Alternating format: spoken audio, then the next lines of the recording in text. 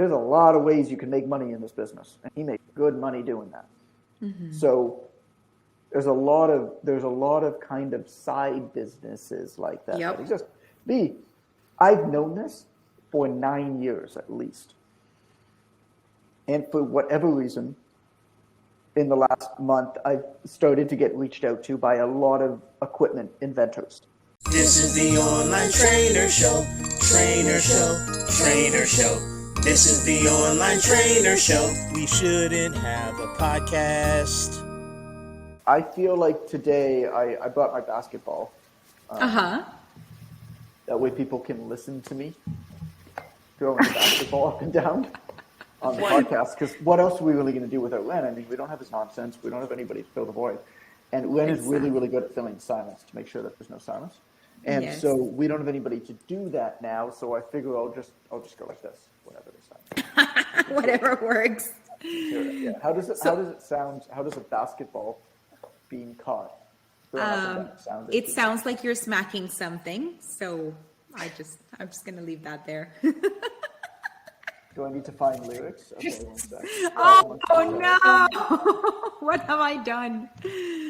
All right. Do we have a topic for today? Legit question, because I didn't even check our group chat or anything, so I don't even know. Yes, we do. John came up with it. Smack that all on the floor. Smack that. Give me some more. Smack that till you get sore. Smack that. Oh. Smack that all on the floor. Just repeat. It's like every rap song just repeats so much. I feel me creepy and I can see it from my shadow. Want to jump up in my Lamborghini Gallardo. That's a good rhyme. Wow. Akon. Wow. No, I'm familiar with the song. I don't understand the car. Lamborghini Gallardo? I don't know. It's an expensive car, I'm guessing. Wow. That's something. You should ask a six-figure business coach. They probably know what it is. Because there you go. They have pictures. They probably saw one on the street one time and posed in front of it and used it on an ad. There was a video I saw. There's the cars that have like the hood ornament that can retract, and then people replaced it with something sharp. Amazing. So when people try to sit on their car to take pictures with it, they get it. All right, I'm just going to say this is really tripping me up because for some reason today, like the camera is doing like a mirror vision of what I usually see myself like in the podcast. So this is like I'm seeing myself on the reverse, I guess what people see every time, but it just looks weird to me because I'm not used to seeing myself on this side and I feel like my face is lopsided or something. It's giving me a complex. Mirror images are You're all fuzzy on my end as well, so I can't see you. You look very colorful and very energetic today, but I can't really make it out. Yes, it's summertime. It is summertime. I know. Okay, so because Ren is not here, today is the perfect opportunity to just like talk smack about him. I'm kidding. That's the thing. I thought the exact same thing, and I actually have nothing bad to say about him. Nothing bad. Inside and out. I have nothing bad. Like when you're not here, we say bad stuff about you. When I'm not here, you say bad stuff about me. Like nobody has anything bad to say about Ren. He is a beautiful human being, and that's it's terrible. I know. I thought the same thing. Okay, thank you. I'm glad to know that we're on the same wavelength. Actually, I don't know how I feel about that. Well, it's like I got a message from a friend of mine's wife. Saying, you know what I'm saying? I got a message from a friend of mine's wife on Instagram. And dropped into my DM. Sliding in your DMs. And she was like, all right, it's so-and-so's birthday coming up. What I wanted to do was everybody like film a video talking about how much he means to them or roasting him. And I'm like, I have been waiting for this opportunity because I have some stories. You know, but if that was like Ren's significant other, you know, I'd have nothing. You would have no material whatsoever. I'd be like, well, the funny thing about Ren is there's not like, he's just, he's just. Yeah, it's like I'll never forget that time that he really supported me when I needed help. I was like, damn it. I know. I hate those people. For him to see if he actually listens to the episode that he wasn't in. Yes, we should leave like a code word, like Ren, if you listen to this episode, you need to come back next episode and say what? What should he say? Smack it. What was the lyric? Jelly bean cupcake. Ren, if you're listening to this episode, the next episode you have to insert the phrase jelly bean cupcake at some point in the episode as a story. Okay? As a story to prove a point. Perfect. Yeah, And an so this- analogy, something. So this would be 2.5 weeks out because Ren would not listen to this episode for another 2 weeks, right? So, Right. Well, I guess, yeah, that's right. Yeah, it would be the next one that would go live. I don't know how podcasts work. It would be the next one that would go live. In 2 weeks. Right, but if this one goes out in 2 weeks, the one that Ren would then say jelly bean cupcake on would go out like 2 2 weeks. weeks and 2 Thursday. days, or 2 Right. weeks. Goes Yeah, live. 2 weeks So and a then half. it should be 3 weeks. Oh, then it goes live. Yeah, I don't know. Yeah, This but is- it'd be the doesn't following matter. episode. That's what I'm saying. It'd be the Yeah, following the episode. following episode. Yes. Something like That's our code word. I love it. So what did All right. what did I say we want to talk about today? I mean, I kind of the title of the episode is The One Without Ren because Ren is the only member of the staff that I really view as non-expendable. I mean, we've already proven that we can do this episode without any of the other hosts. Correct. But Ren is, and I will be honest, I was nervous to show up today because I feel like Ren really keeps it going. Yeah. And for me, like, I'll be honest, I didn't even know he wasn't going to be here. Like, I just showed up and I'm like, oh crap, I guess Ren's not here. So I've had no time to prepare for this. Right. And Probably I better. saved myself a lot of trauma. Yes. I didn't Okay. fret over anything because I didn't know. So Good. I like it. I like it when you don't fret. Can we talk about how you lie on Facebook and pretend that you have vegetables? Like you're not eating them? I knew somebody was going to point it out. Like, I did it on purpose. I'm like, just watch for some. Okay. Tell them, Jonathan, what did I do? What was my horrible, terrible lie? Well, I mean, like you always do, you pretend like your life is better than it actually is on social media to make other people feel bad about themselves.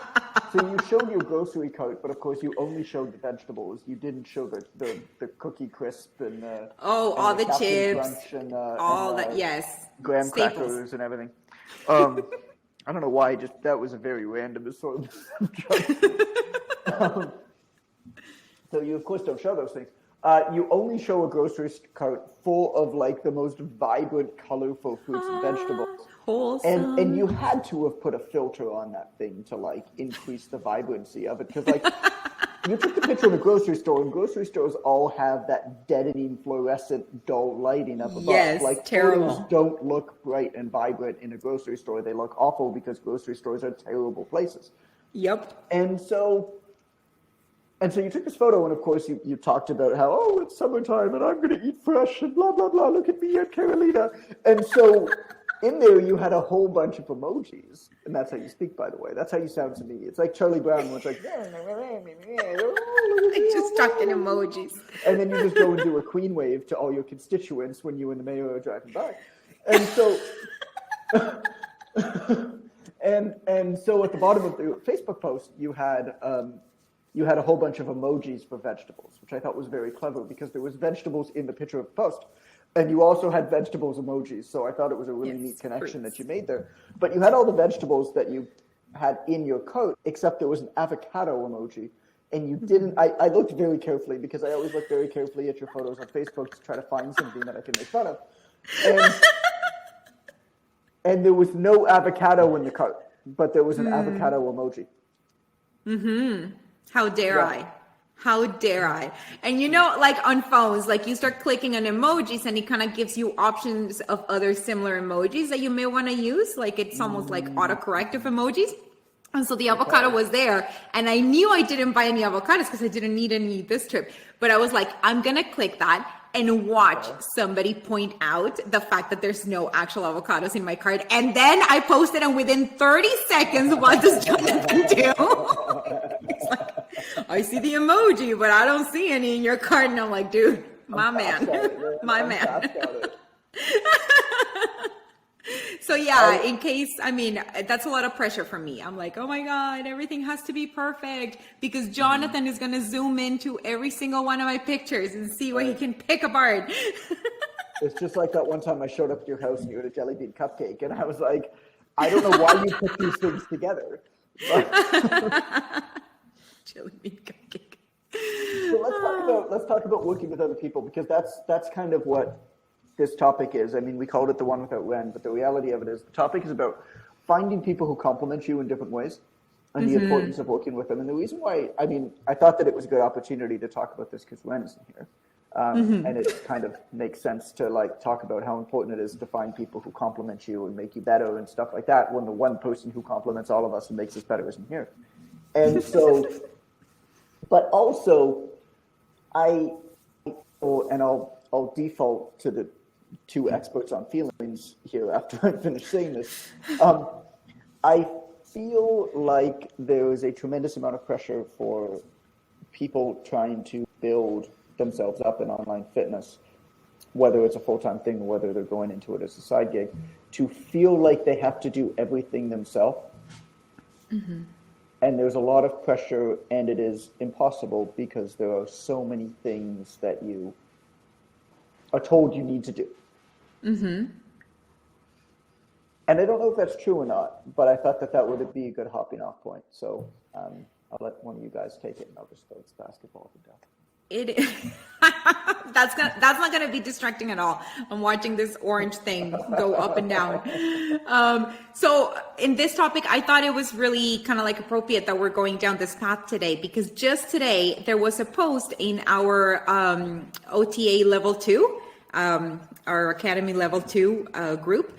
And one of our coaches who are going through level 2 right now, she posted and she's like, hey, I just did, I was like a guest trainer at this other trainer's group. And I hosted a live yoga class, which is one of my specialties.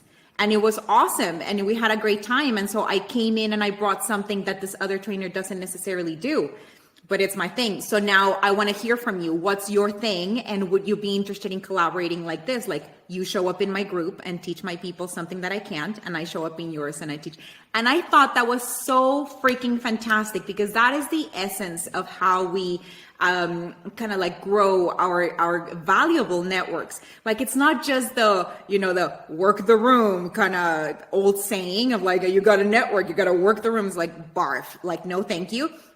Let's make it legitimate, and let's make it like actually helpful to each other. So I thought that was a great example of this topic, right? Like seeing it in action there in our level 2 coaches. Similar with a bunch of other mentors and coaches. So like him, Jim Gazali, and like 7 or 8 other coaches got together and hosted like a webinar, like a paid webinar. It was like $20 a ticket. And then, just kind of shared networks, that way. So everybody put in effort, and, everybody has their niche, and it turned out great. Yeah, I was part of that as well. And it's been really wonderful, because now what's happening behind the scenes that nobody can see except for us, we all have like a Facebook group conversation, all of us coaches who partook and gave a talk. And now what's happening is that any of us who has a client who's a little bit of an outlier, like any client that we don't deal with, we immediately, it's like, hey guys, I have this new client, but it's not my specialty. Who wants to take this kind of profile of a person? And so now we're referring to each other, because now we have this bond of having worked in this event together. And that is exactly what you need. Right. Yeah. And I mean, figuring out how you can complement somebody else and how somebody else can complement you. I mean, talk about this podcast, for example. If you've been listening for any period of time, first of all, I feel sorry for you. But second of all, like you will have noticed by now that we all bring something very different to the table. That's not an accident, right? That was by design from step one. And then as we evolved, I mean, we meet. Well, I actually forgot about the last debrief meeting and took a nap through it. But most of the time, we wondered where you were. We're like, Is he reading James Clear? Is that why he's not? I was not reading James Clear. But no, Calvin really wasn't sleeping well, and so I took a nap and then forgot about it. But every month we do a debrief where we just go over. I mean, everybody brings 2 things that they thought went well or are going well with the podcast, and 2 things that we think could be improved upon. And we talk about them. And I mean, it's an hour every month, and I pay in Canadian loonies, for people to show up, and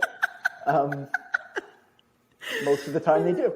And so, but it's what we are continually doing is refining what each of us brings to the table. And we call it our characters on the show, but trying to understand where we show up and where we don't show up. And you will notice that as the time has gone on. And so, it's by design at the beginning. Like, I know what I bring to the table, my dry humor, kind of a deep understanding just from talking to so many online trainers and like widespread, more theoretical, right? Like less on the ground actionable, more theoretical. Like, here's how we need to think about these things. Amber, of course, brings to the table like on the ground actionable. Like, here's what people are really doing in the real world, what's happening right now. Because she speaks to students as a mentor. Every day, she's managing all of our mentors who are speaking to our students. Ren keeps it going. Like, he's the MC. I mean, if you follow, like the MC is the master of ceremonies. And so if you follow like the origins of rap music and stuff like that, you had the DJ, and then every DJ had their MC who would hype up the crowd. It wasn't like DJs these days where they basically just play a computer and every once in a while, every 10 minutes or so, press a button and pretend like they're doing something.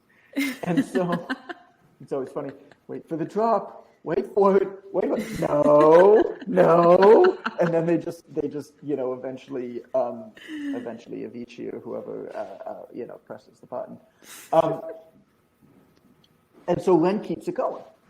Right. Also, of course, has very important things to contribute. But if you notice, he doesn't actually contribute advice or strategy anywhere close to as much as Carolina or Amber. And then Carolina, of course, has a completely different way of going about her business. Right? She leads with the heart much more. She goes with the flow much more. But she also has a lot of strategy behind it and approaches it in a very, very different way as her own kind of. She is her client, and she has evolved her business as she has evolved. And so if you think about that, there's a lot there. And everybody is very, very different in what they bring to the table.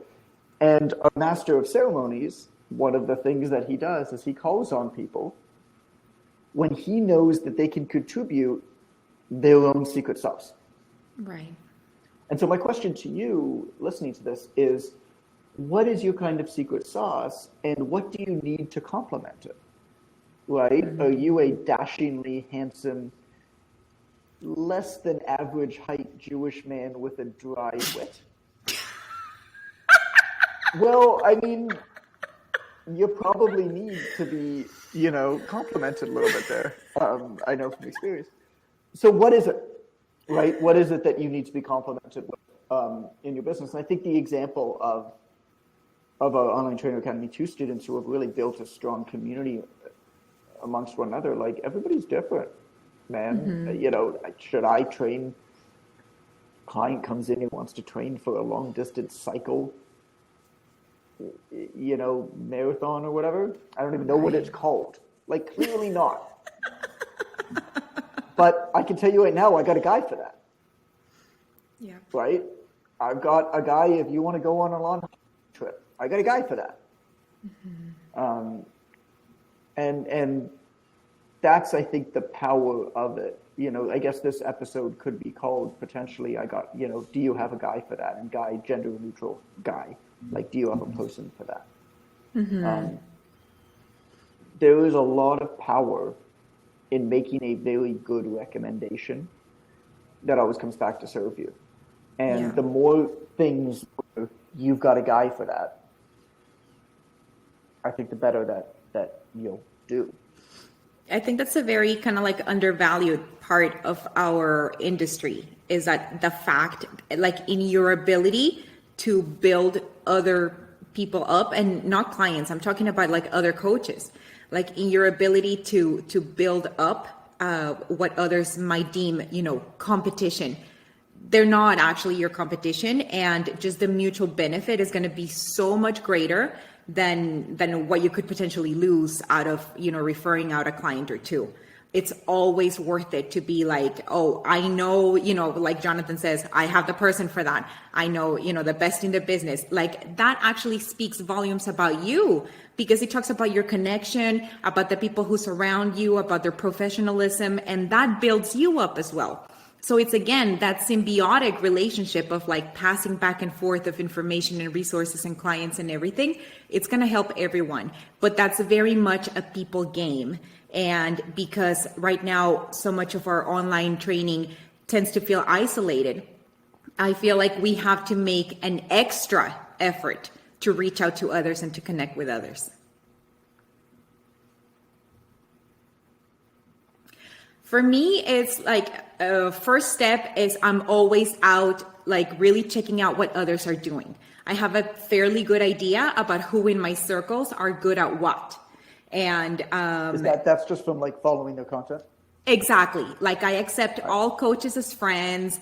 I like, even if I don't know them in person, it's like, that's okay to have other coaches in your circles, because that's precisely how you start getting to know them. And so you start getting an idea for who works in what fields or what specialties or what clients.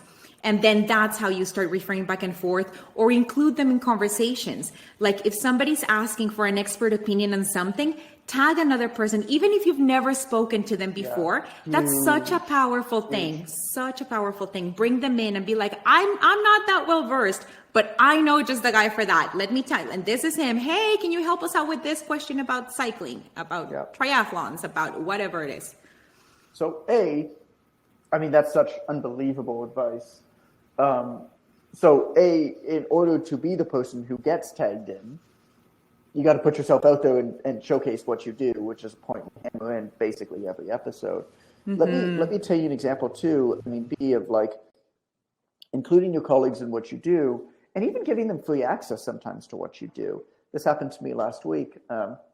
Somebody, a coach named Bill Sonamaker, who's been coach for a lot of years, owns a facility out there, trains a lot of NFL football players, that type of thing, invited me in the early days of the PTDC. This is like 2011, 2012, like in around then. He invited me to do his mentorship for free in Atlanta. He's like, get yourself to Atlanta. I'm having a mentorship. It's I think it was 3 days. It was pretty intense. It was really, really great. Come on out and basically put yourself up in a hotel, fly out. You can do it for free. So I did. And we got to know each other. And I found out at that mentorship that one of the ways that he makes money in this business is he actually creates curriculum around fitness equipment. So, there's TRX, there's trigger point performance, there's all of that kind of stuff. Well, in order to create a brand around that equipment, and also in order to insulate it against from knockoffs, one of the best things that you and build additional revenue streams off of the same piece of equipment, you build a certification and education component to it. Right? You see this all over the place, and that's why they do it. It's actually mainly to protect against knockoffs, because like anybody can knock off fitness equipment. It's pretty cheap to make for the most part, and a lot of companies overseas do. But if you have a brand centered around a certification program and education, it's very, very hard to knock that off. And so his business is he's such an expert in body and biomechanics, and programming and teaching, that he's the one who gets paid a lot of money to come in and basically test this equipment, get to know it inside out, and then build the education around it. Wow. And so there's a lot of ways you can make money in this business, and he makes good money doing that. Mm-hmm. So there's a lot of kind of side businesses like that that exist. I've known this for 9 years at least, and for whatever reason, in the last month, I've started to get reached out to by a lot of equipment inventors. Wow. People who are inventing new types of hooks, handles, suspension trainers, that type of thing. Basically saying, I'd love to get to know the market a little bit better. I've invented this thing. As somebody who invented this really, really great tool that he licensed to TRX. Okay, here's the next tool that he's invented. I'm going to try to market this myself versus licensing it to somebody like TRX. And so I'm just always interested. So I take the phone calls. It's neat to hear about this kind of stuff. And they want to know about where training's going and what the state of the in-home training market is, online training, hybrid, that kind of thing.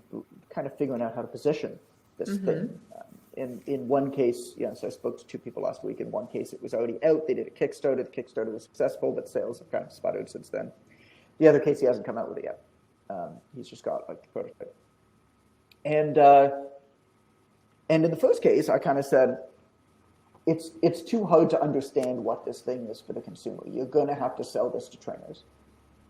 And trainers are going to have to, and in order to do that, you've got to build education around it. It was something that was on their project timeline anyway.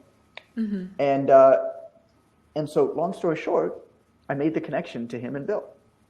And Bill and I mean, haven't spoken a lot. We haven't not spoken, like I had nothing against him. But we just haven't had a reason to speak a lot. But like, first time I probably reached out to him in 5 years, right? The reason that I knew that he had this as part of his business was because 9 years ago, he invited me to do his mentorship for free because he was like, yo, you seem like you could be some up and coming. Like, it doesn't cost me anything to have you there. Like, love for you to be there.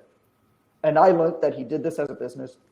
9 years later, I was able to refer him something that could be a pretty lucrative Pretty big contract. deal. That's amazing. So, like, if that's not a testament to kind of why you should involve other trainers in what you do, you just never know, right? Yep. You never know.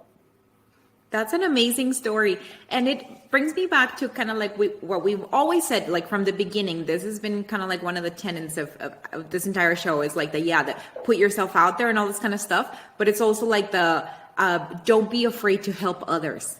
Like there's actually great benefit from helping others in your world, in your industry. Like there's nothing that's going to like exponentially grow your presence and in people's minds other than reaching out and helping them somehow. And sometimes the help is going to be really big and extravagant and beneficial and financially awesome, like this example that Jonathan gave. And sometimes the help is going to be like really subtle of just like saying like, hey, you did this quote the other day and it was so awesome that I did this graphic. Like I actually designed it and here it is if you want to use it in your social media.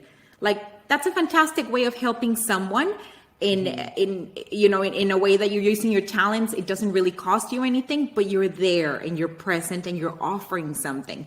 And I think that's also a great way of getting close to people who you potentially want to learn from. Because I find that when people reach out, for example, for mentoring or trying to learn from others who have been in the industry for too long, a lot of people make the mistake of being like, hey, can I pick your brain? And it's like, I mean, sure, we can have a conversation and we're always happy to help. But at the same time, it just flows so much easier when there has already been some input, some exchange, some positive effort on the other person's part. It's just so much easier and seamless to get, like all the help that you want to get and all the questions answered because you already did something. It just makes sense. Amber, what do you think about this?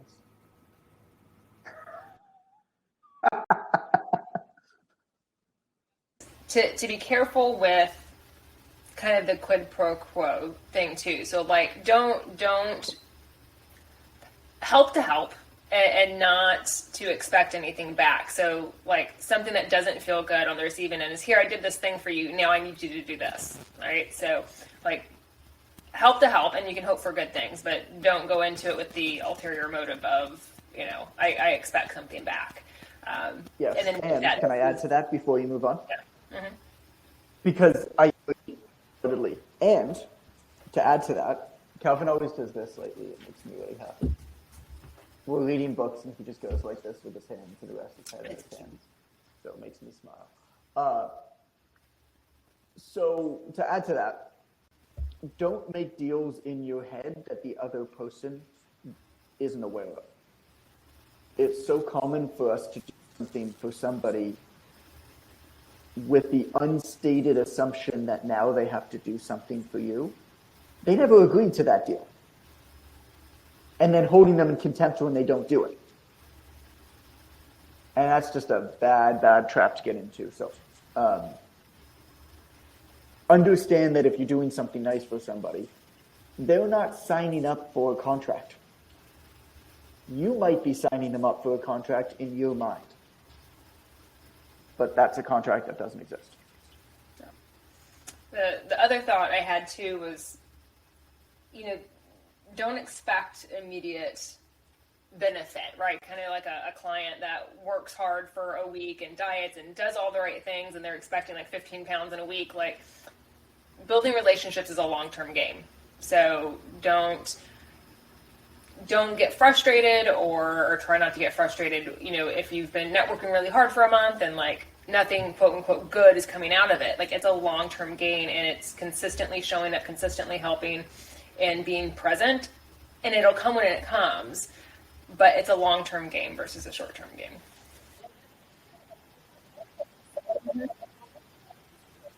To now, like being able to refer like a potentially big gig to him, 9 years.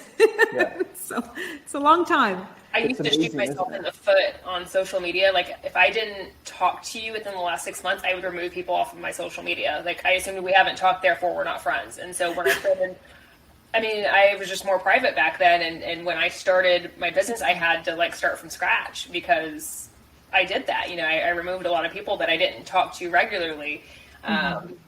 For whatever reason, but had I just worked on keeping those relationships going, even, somewhat, I probably would have grown a little bit faster than I did because I, didn't want to talk to people. Obviously that is a problem I have. So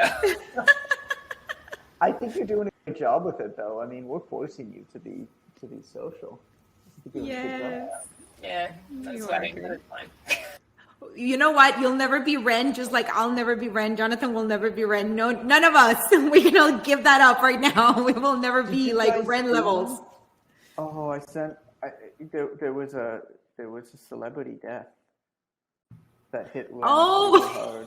Did you guys see that? Yes, I can't remember his name, but yes, I saw that you posted it on Ren's timeline because of course. Oh gosh. Find it. So I was trying to find something embarrassing about Ren and Fortress or something to add to the show notes. Okay. Someone else stole their name. There are other bands and music artists with that name. Like, It's a good name. It's a great name. I'm saying. I felt like No way.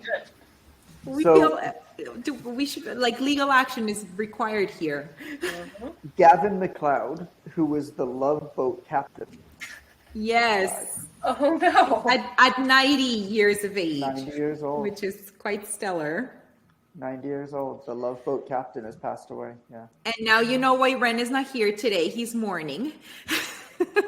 He's having a jelly cupcake in his honor. Oh, we could all show up in hats next episode. In captain's hats? It'd be pretty funny, actually. We can have a moment of silence. And we should just call each other Captain. Captain? That'd be all of our names. Captain? Captain Ren. Yes, Captain. Cool. Do we have anything else to talk about? We can cut this early because Ren's not here. There's not much else to say. I have a question for you, Jonathan. We have multiple sections of this podcast that are labeled Ren's nonsense. So without Ren there, we got a shell of a show is what we got. Yes, this is just like we're like puppets, Yeah. What do you want to know? What do you want to know, Karen? My question for you is, what is the one situation, like what is the one recommendation in which somebody else speaking up your name opened an amazing door of opportunity for you?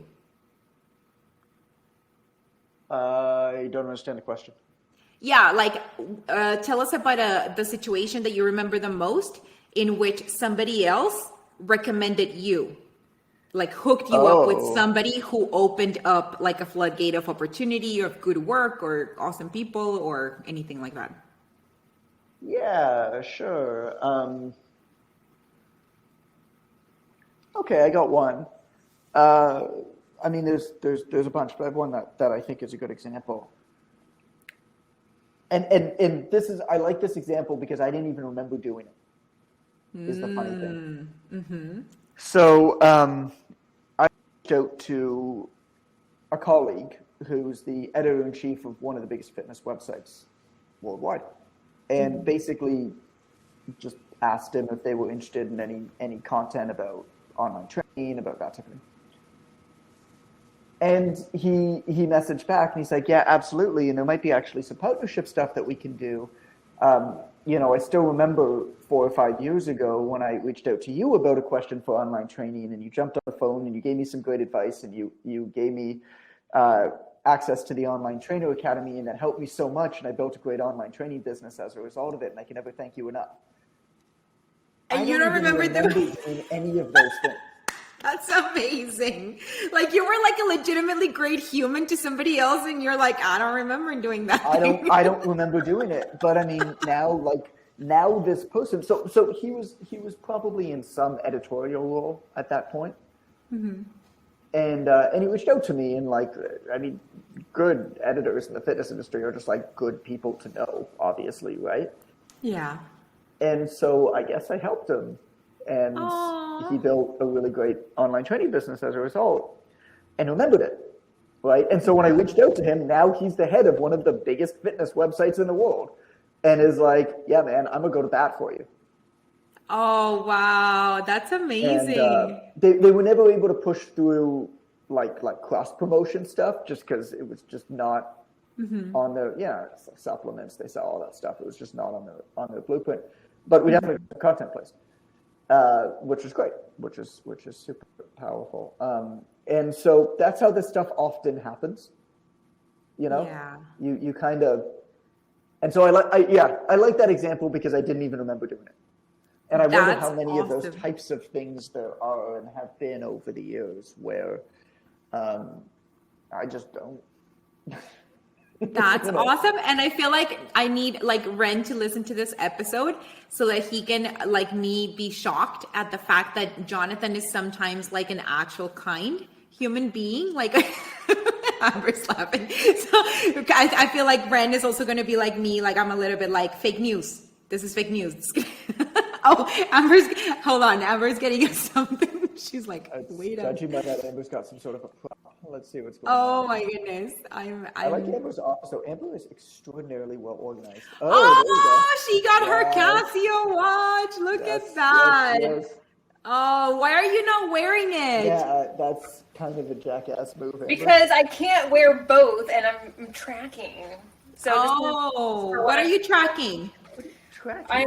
It's my Apple Watch. Oh, okay. So is it just steps that you do? Yeah, how many Casio watches you can buy for the amount of money you spent on that Apple Watch? I don't actually use it for the time, dude. That's for everything else. Yeah, I like it. The answer, by the way, is 18. 18. So you actually know this. You've worked this math. Oh wow. Yes. Well, everything is done in Casios. That would be fun. Let's do an experiment. With random things that we buy. How many Casios is it? That could be fun. Well, we did that last week, right? We calculated how many Casios I made on.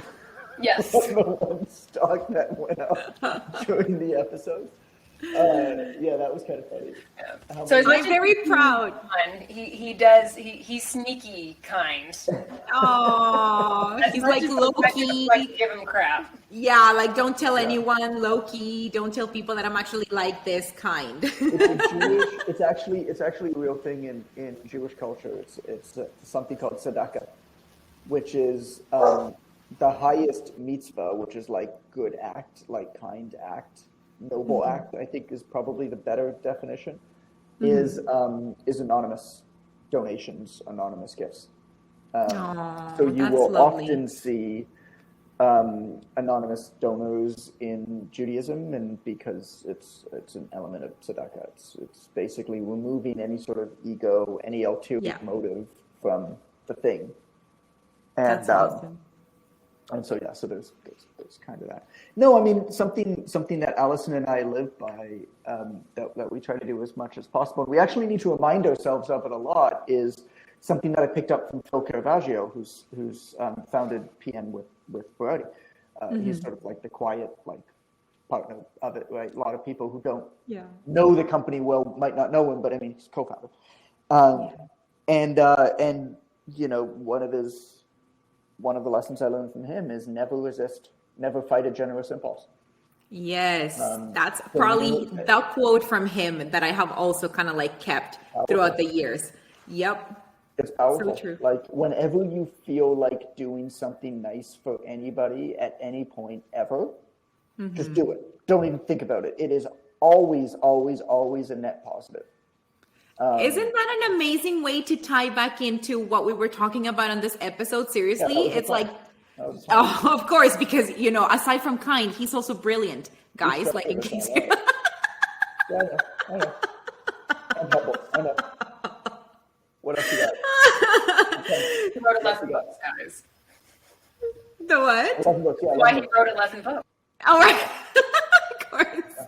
A lot going on up here. Okay, I'm very proud of us today. We actually, I feel like we did okay. I feel like we survived. We did okay. I think anybody listening understands that Ren is the MVP of the show. Yes. Like, Yes, he really is. We missed we you, made it Ren. work. Yeah, we made it Yes. work. My survived. dog and fire gif that I use a lot is appropriate for this episode. And sign up for the Online Trainer Academy, people. And Show notes can be found at onlinetrainer.com/podcast. If you navigate to the most recent episode, you'll find the show notes for this show. Make sure to enroll in the Online Trainer Academy, the industry-leading education and business development program for anybody interested in online training. This is nutrition coaches, health coaches, personal trainers. You will all benefit. You are all welcome. And we'd love to have someone who taught some of the odd ones that we've had. we had a magic. singing. We had a somebody who did online magic shows. We had Oh my gosh. We had a guitar. An online show. Because that's what happens. There's no like it's funny how many people, like real business people, come to me and they're just like, yo, you need to make this like the coaching thing, expand your market, because there is no program that teaches online coaching business development better in any industry than what we have with the Online Trainer Academy. It just happens to be for people who work in fitness, which is great. But people who are outside of fitness hear about it because we've been covered in a whole bunch of media and Wall Street Journal best-selling books, New York Times best-selling books, and stuff like that for what we do. So they hear about it and go and sign up for it from other industries because there's nothing like it in their industry. So yeah, but I mean, I don't know, if you're a magician, like sure, but like, Love it. I'll take your money, but I don't know if I'd recommend it to you. But definitely, if you work in the health and fitness industries in any way, this is great. Yeah, the magician one was kind of cool, and he messaged back. I missed that one. And told us about it. Yeah, there was a guitar instructor. What else was there? There's a That bunch of stuff. Was there like an opera singer or something like that? Yeah, I mean teacher? that's Daniel Lopez. He's rad. I like him a lot. So basically, he was a personal trainer at Equinox in New York City, and he always had a dream of being a performer. So he was an opera singer and always had a dream of being a performer, but never could really make it work because, I mean, as a performer, you make no money unless you really make it big. And to get to that point is like 20 years of like sleeping in dormitories, basically. Yeah. And so what he did is he signed up for the Online Trainer Academy. And he did well with it, and so was able to then afford a voice coach and scale back his in-person training, eventually leaving in-person training, and pursue his career with online training, supplementing his career, an advantage that all of his colleagues didn't have. And now he's doing really, really well. He's got a whole bunch of movie roles. He's in if you search, I think on Spotify it's called the Opera Boys, I think it's called. They're like signed by Disney. Like he's doing really, really well. And it's all because online training was like that bridge that he needed, right? To be able to have a little bit more time and hire a voice coach and like get those last steps to be able to make it. Yeah. But he wasn't an opera singer. Like he was a personal trainer who wanted to be an opera singer and performer and couldn't bridge that gap because he had to be in the gym with clients. So he was, traveling for a movie in Hawaii and training his clients. Like, you can't do that if you didn't have it.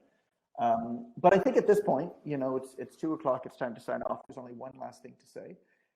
Jingle me timbers. This is the Online Trainer Show. Trainer Show. Trainer Show.